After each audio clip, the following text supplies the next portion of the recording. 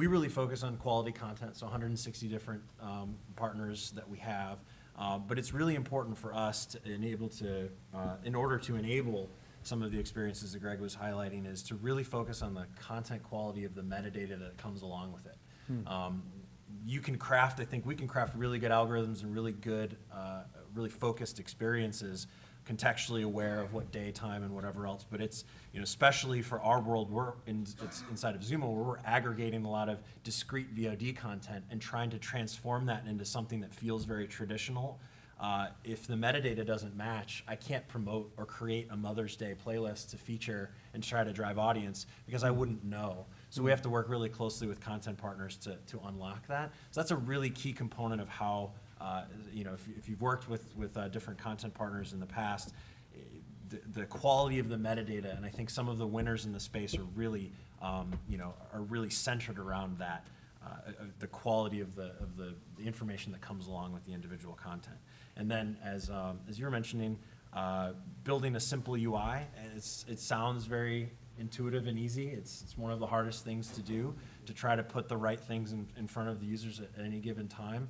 Our partnership with LG allows us to do some things where we have access to lower level APIs on the actual television itself. We can use functions on the actual remote control to drive experiences. So we have off-platform, outside of our app experience, promotional units that we wouldn't have access to otherwise. Stuff that's been created specifically for our service that's inside of the LG Smart TV.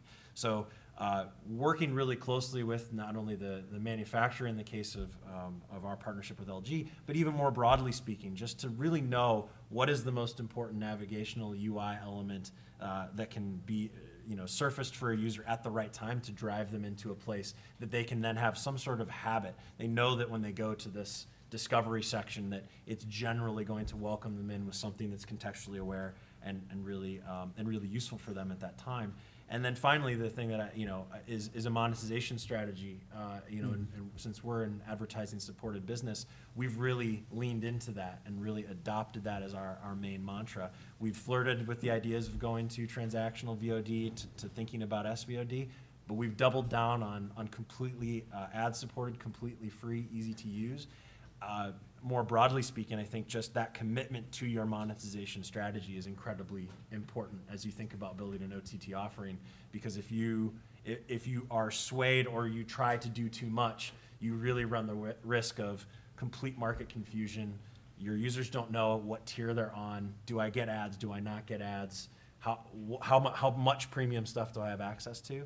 So I think that's a very fine distinction to make in order to stay successful.